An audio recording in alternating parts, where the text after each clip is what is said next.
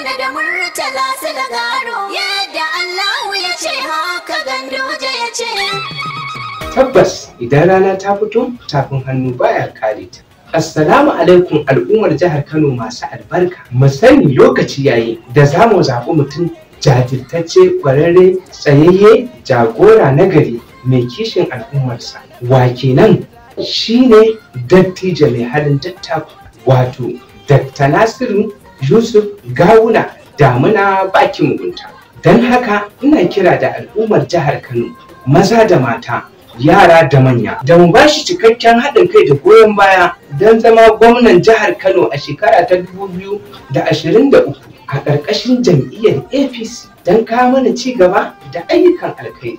Don haka ni Abba Halifa mai waƙa, ƙuri'ata ta Dr. Nasiru Yusuf Gawuna ce. Kano sai APC, Kano sai Gawuna Garo 2023 insha Allah.